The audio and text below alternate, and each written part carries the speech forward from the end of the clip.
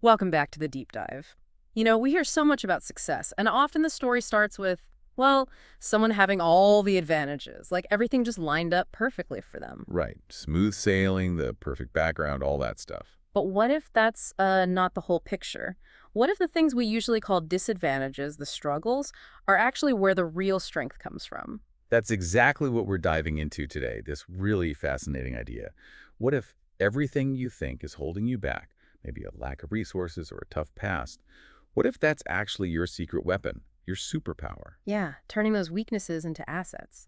And we're digging into some really powerful insights from the book, The Underdog Advantage. Rewrite your future by turning your disadvantages into your superpowers. Our goal here isn't just to tell stories, it's to pull out the actual traits and mindsets these underdogs use. And crucially, help you see maybe where these superpowers might already exist inside you, waiting to be unlocked. Exactly, to give you a new way to look at your own challenges, Yeah? and your potential. Okay, let's kick this off with someone we all think we know. George Washington. The cherry tree, first president. The usual stuff from school, yeah. But the real story, his actual journey, is pure underdog. It's pretty Sure. surprising, actually. How so? Like, what parts do we usually miss? Well, yeah, he was born into a, let's say, well-off family, but, and this is key, he was the fourth son, so no big inheritance, no money set aside for fancy schooling. Okay. So he couldn't just follow the typical path of the elite back then. Right. It forced him onto a different track. He had to teach himself. Math, surveying, how to draw maps, draftsmanship, Mhm. really practical skills. So the lack of formal education actually pushed him to master things that turned out to be incredibly valuable. Totally. He became Virginia's youngest surveyor because of it. And that skill let him snap up prime frontier land, stuff the formally educated guys probably weren't even looking at. His supposed disadvantage forced him into a position of, well, unique power. That makes sense. And did this pattern continue? Oh, yeah. Later, when he was a major in the Virginia regiment, the British officers, they looked down on him, paid him less, gave his troops the leftover gear, all because he wasn't one of them. Oh, that must have stung. For sure. But Washington, he didn't just take it. He actually used that disrespect, that feeling of being slighted, as fuel, motivation for himself, motivation for his troops. And it worked. He gained this international reputation for being heroic, for his leadership, Yeah. precisely because he was overcoming that bias. Wow. Turning negativity into drive. Which, I guess, leads us straight into the Revolutionary War. Talk about an underdog situation. Oh, absolutely. The ultimate underdog fight. Washington starts with maybe 7,500 troops. And these guys were, well, ragtag is putting it mildly. Farmers and teenagers. Yeah, farmers. Kids as young as 15, older guys up to 60. Many had no shoes, no proper uniforms, barely any gunpowder. Some literally had spears and bows and arrows alongside muskets. Against 30,000 professional British soldiers. The best army in the world at the time. Plus 10,000 Hessian mercenaries. These ruthless German soldiers for hire. Huh. It was David versus Goliath. Big time. And the start was rough, wasn't it? Lots of losses. Brutal. They lost New York, Brooklyn, Long Island, key forts. His army just melted away, down to maybe 5,500 guys retreating through the snow, no shelter, no food, leaving literal blood trails from their bare feet. Desertion was everywhere. It looked completely hopeless. So how did they turn it around? Where did the shift happen? Desperation. That's where Washington's underdog spirit really kicked in. He had this burning desire to prove everyone wrong, especially the British who disrespected him. With zero resources, he had to get creative. He had to be resourceful. It forces innovation, doesn't it, when your back's against the wall? Exactly. Extreme pressure can forge, extreme solutions. But the Delaware River crossing, that Christmas attack, that feels like the ultimate example of this underdog desperate move. What was so incredible about that? It was just audacious, pure boldness born from having nothing left to lose almost. It was one of the worst winters on record. Ice floating down the river. Everyone, the British, the Hessians, they just assumed, okay, fighting's done till spring. Makes sense. Nobody fights in that kind of weather. And the Hessians, they were garrisoned in Trenton, feeling pretty safe, partied hard on Christmas Eve, guards were lax. And Washington saw his chance. He saw his only chance. He literally wrote victory or death as the password. Middle of the night, Christmas Eve, he starts moving thousands of men, cannons, horses, across this treacherous, icy river in a snowstorm. Wind, rain, everything against them. What drove them? Just his orders. It was more than that, I think. It was that feeling, that us against the world thing. All those people saying they couldn't do it, laughing at them, calling Washington a bumpkin farmer. It creates this incredible bond, this fierce determination. That shared chip on the shoulder. Exactly. They crossed, marched miles in the snow, hit Trenton at dawn. Total surprise. The Hessians were captured, supplies taken, in less than an hour. It wasn't just a military victory, it was a psychological one. Washington's whole story, really, it's like a blueprint for anyone struggling, showing how you can flip those disadvantages. Which brings us right back to the core idea of the book we're exploring. The author himself, he really identifies with this underdog label, doesn't he? Oh, completely. His whole life story, as he tells it, is one challenge after another. Like what kind of stuff? Well, he talks about being short as a kid, having goofy teeth, being a late bloomer in high school. His parents didn't have money or, connections. They divorced when he was just 3. He was even in a special ed reading class, hated school, couldn't get into college. Wow, that's a lot to overcome early on. And it continued into adulthood. He apparently lost all his money 3 different times. Just bad decisions, being naive, that kind of thing. Yet, fast forward to today. Totally different picture. Married to the woman of his dreams, dream house, dedicated dad, and now his whole career is about helping other people achieve their dreams. He credits getting there to using these specific underdog advantages. Okay, so this leads to a really powerful question for you, listening right now. Yeah. What if everything you've been told, or told yourself, is a disadvantage? What if it's actually the key? What if the things you think are holding you back are secretly your superpowers? Let's unpack that. The first superpower he talks about is having nothing to lose. That sounds simple, maybe, but how does it work in practice? Well, think about it. If you come from privilege, there's this expectation, right? You're supposed to succeed. That's a lot of pressure. Yeah, fear of failure, fear of disappointing people. Exactly. But underdogs, often nobody expects anything from them. They're already at the bottom, so there's nowhere to go but up. That lack of expectation is actually freeing. It takes the pressure off. When you have nothing to lose, you can do anything you want. Is that the quote? That's the one. And he lived this. He tells this wild story involving Tommy Lee and Pamela Anderson. Seriously, the rock star and the actress. Yep, this was way back. He describes himself as just a poor mechanic with dirt under his nails, running this tiny website out of his auto body shop office. Okay. He gets an email out of the blue from Tommy Lee. He's totally starstruck, obviously. But then instantly, the self-doubt floods in. My piddly little website, who do I think I am, trying to deal with these huge stars?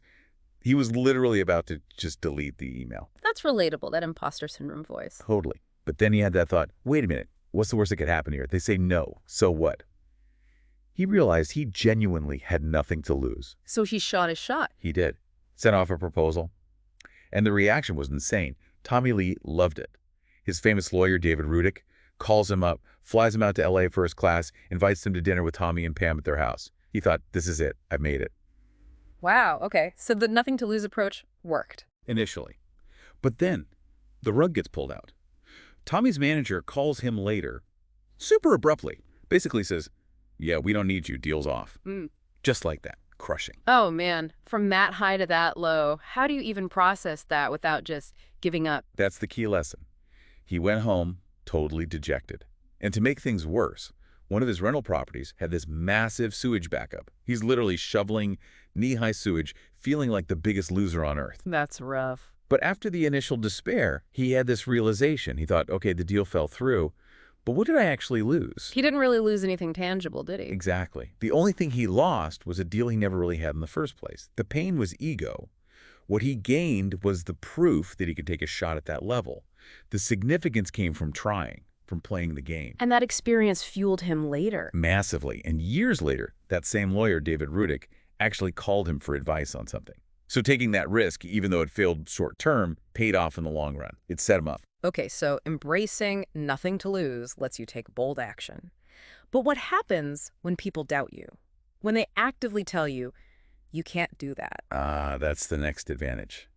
Harnessing the power of you can't. See, people with advantages, sometimes they hit a goal and then they coast. The drive fades. Right, they lack that constant push. But underdogs, they often operate from a place of desperation, maybe even heartbreak.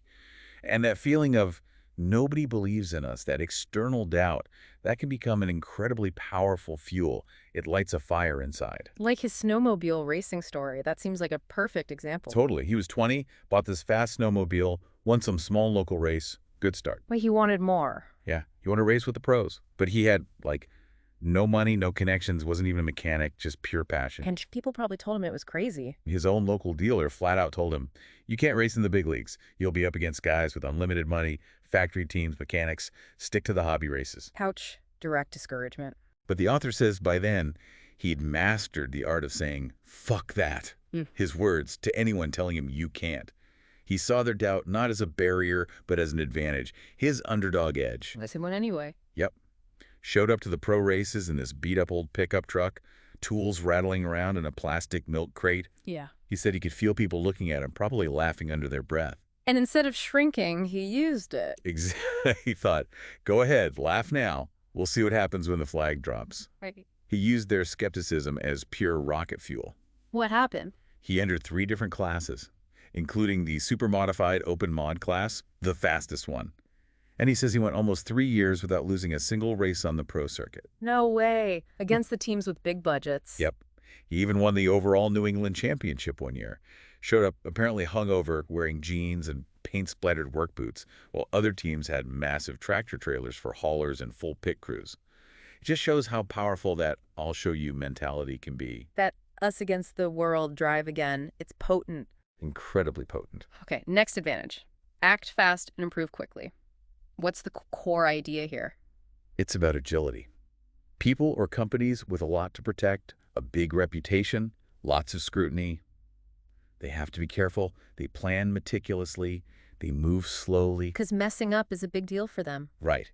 But underdogs, nobody's really watching that closely. The stakes feel lower, at least externally. This gives them freedom. Freedom to just try things, to act immediately, see what happens, learn from failures, and adjust super quickly. Like do more of what works and less of what doesn't, but on hyperspeed. Precisely. Think about big companies that fail to adapt.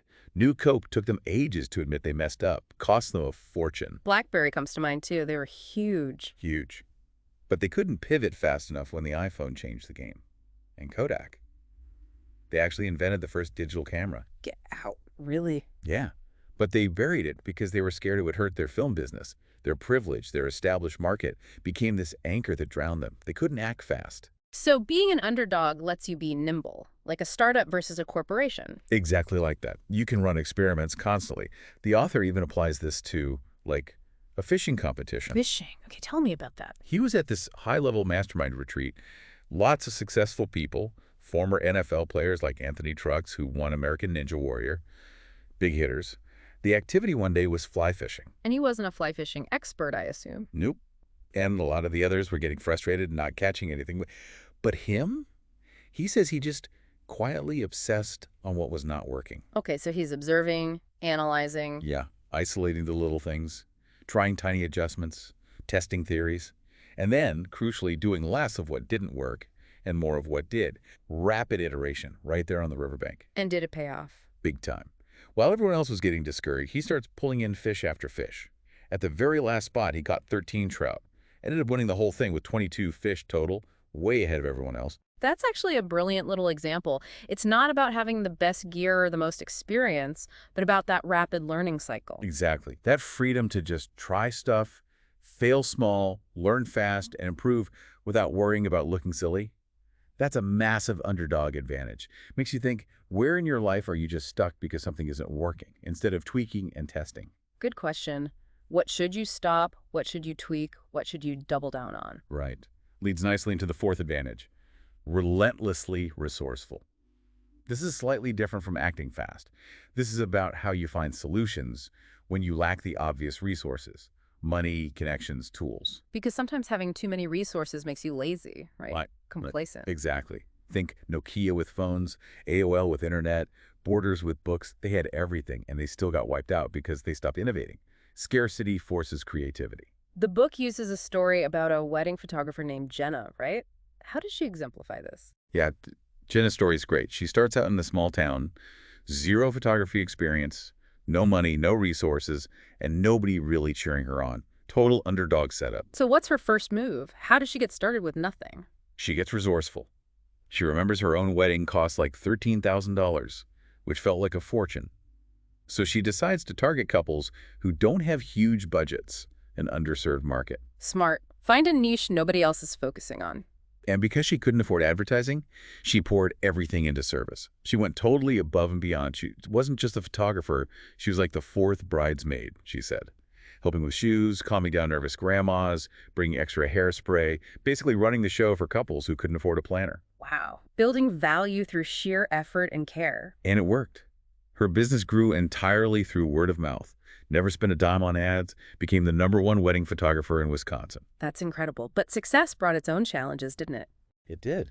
That's often the case. She was trading all her time for money, constantly working around other people's schedules. It led to immense stress, burnout, even 2 heartbreaking miscarriages. Oh, wow. So how did she apply resourcefulness to that problem? Her coach helped her see something powerful. All those early disadvantages, the lack of money, the lack of fancy gear, having to figure everything out herself, that actually made her uniquely qualified to teach other aspiring photographers how to hustle and succeed without resources. Ah, so her past weakness became her teaching strength. Exactly. She had to learn website coding, marketing, connecting, because she had no choice. Not having the best camera forced her to master the art of photography, the connection with clients. That became her value proposition. She reapplied that resourceful mindset to build an online education business. And now? Now she runs a multi-million-dollar online business, totally location-independent, works from Hawaii sometimes. Her core skill wasn't fancy tech. It was serving people incredibly well, born from scarcity. And anyone can learn that. It reminds me a bit of Rachel Hollis, how she turned facing a hard truth about a past relationship into the foundation of her whole career. Or even the author himself, how his divorce pushed him back into that resourceful mode and gave him a new mission. It's about seeing the potential in the struggle. So the question for you is, where can you be massively resourceful right now to get to your next level? How can limitations spark innovation for you? Okay, advantage number 5, self-educate. This feels really relevant today. Hugely relevant. Underdogs often don't have access to the fancy degrees or the established networks, right? So they become masters of self-education.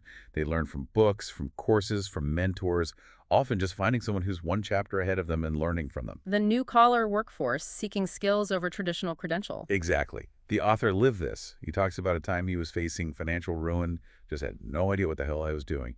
His solution. He decided to teach something he did know. Yeah, making money with used cars. He decided to create this step-by-step course called Motor Millions. But the actual filming, total disaster at first. Oh, so? He was super nervous, dry mouth, sweating, couldn't remember his lines. He even tried a shot of tequila thinking it would loosen him up, made it worse. Day 1 was a complete write-off. Oh, no. Yeah. Easy place to just quit. Totally. But that underdog resilience kicked in. He didn't quit. Came back the next day, somehow got the commercial filmed. And the key moved after her. He sought help. He found a media manager, Sandy, who booked TV commercials. And he was totally upfront with her. Look, I've never done this. I don't know what I'm doing. Can you help me? He asked for help and admitted his limitations. And he taught him. He learned by doing, getting guidance from someone just a step ahead. And Motor Millions. It became a huge hit. It launched his entire career in self-education books, speaking, partnering with huge names like Tony Robbins. And that industry, self-education online courses, it's massive now. Unbelievably massive. Hundreds of millions spent daily. Projected to hit $1 billion a day by 2025. His vision now, with Tony Robbins, is to make self-education the new standard, encouraging everyone to share their unique knowledge. Because learning targeted skills can help you leapfrog the competition, right? Absolutely. So think about it. What course could you take? What mastermind could you join? Who's that mentor just one step ahead? Or what knowledge do you have that someone else needs right now? Okay, advantage number 6 is intriguing. Don't have to care what other people think. How is that an advantage? Seems like we all care what people think. Well, yes and no. If you're privileged, successful, visible, you're constantly under a microscope. Every move is judged. You're limited by expectations, by what's acceptable. Or pressure to maintain an image? Exactly. But underdogs, often nobody's paying that much attention. You're flying under the radar. And that anonymity, it's incredibly freeing. It lets you work, test, fail, develop, kind of in peace, without massive public judgment if you mess up. Okay, I can see that. Like the author's first book experience. Perfect example. He wrote this book, totally fulfilled, poured his heart into it, thought it was pretty good. So he hired this top-tier editor, someone who worked with huge best-selling authors. He was expecting, maybe some tweaks. Word instead. He got absolutely demolished. The editor basically said, this isn't even a book. It's just you talking for 220 pages. You broke every single rule of writing. I can't even take your money for this. Don't publish it. Wow. That's brutal feedback from an expert. Devastating. He said he felt like a complete idiot. All his old insecurities came flooding back, the dyslexia, the special ed class. He almost just deleted the entire manuscript right then and there. But he didn't. What stopped him? He paused. And in that moment, that nothing-to-lose feeling came back, combined with this new one. He thought, you know what? Who the hell cares what she thinks? I wrote this to help people. I believe in the message. So the lack of external validation forced him to rely on his internal conviction. Precisely. He published it anyway, exactly as it was. And while it wasn't a bestseller, it gave her the proof he needed. Proof that he could do it. Proof that his voice mattered. And guess what? His next book sold 1 million copies. Incredible. So that harsh criticism was actually freeing. In a weird way, yeah. It freed him from needing that external stamp of approval. He could just focus on his mission. It's like the Ralph Lauren story, too, isn't it? Good parallel. Ralph Lipschitz, poor immigrant kid, wants to get into high fashion, an industry totally dominated by established, older, wealthy insiders. He was the definition of an outsider. Totally. But because he was an underdog, nobody was really watching him closely. He didn't ask for permission. He just started making wider ties, putting his little logo on shirts, selling them himself. Under the radar? Completely. And within 2 years, Bloomingdale's, a major department store, gave him his own boutique space inside their store. He didn't follow the rules because nobody expected him to. He just went for it. Later changed his name to Lauren, obviously. The lesson being, don't wait for permission. Use that lack of scrutiny to your advantage. Take risks. Exactly. You don't have to care. Just do it. Okay, last advantage. Turn desperation into persuasion. Selling often gets a bad rap, doesn't it? Oh, definitely. People think salesy, pushy, they get uncomfortable.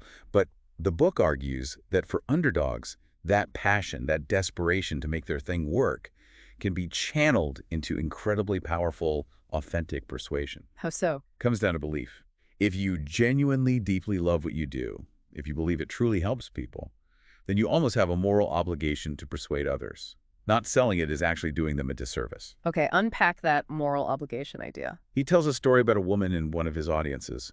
She had this passion for helping new moms with postpartum recovery, based on her own really tough experience. Amazing mission. But she probably felt awkward about selling it. Exactly. She stood up and said, I love what I do, but I'm just terrible at selling. And the author challenged her. He said, okay, you love it? You're amazing at it. So are you basically lying to potential clients by not being persuasive? Are you letting them down? Wow, flipping the script on her. He pushed her. If you don't convince them to work with you, where will they go? Maybe just someone who doesn't care as much. Or maybe they'll just suffer unnecessarily. If you truly believe in your value, you have a moral obligation to get good at persuading them. How does she react? Her whole energy shifted. She declared, you're right. I'm going to be the best in the world at it. And apparently, the whole room just got this new perspective on what selling could be, sharing your passion, serving people. It's not about manipulation. It's about transference of enthusiasm, transference of belief. Exactly. Think about Martin Luther King Jr. He had a dream, a powerful vision for change. And he sold that dream from countless pulpits with incredible passion and persuasion. Selling, in this sense, is the lifeblood. It's the oxygen for any mission, any business. So how can someone listening practice this, even if they hate selling? Here's a practical challenge from the book. Pick something you genuinely love. Could be a movie you just saw, a book you read, your favorite local restaurant, anything. Okay, got one in mind. Now, truly believe that you are doing someone a disservice if you don't convince them to experience this thing you love. Feel that urgency. Right. Then, practice persuading someone. Shoulders back, smile. Let your genuine passion come through in your voice. Share a quick, personal reason why it's great, and then ask them to take action.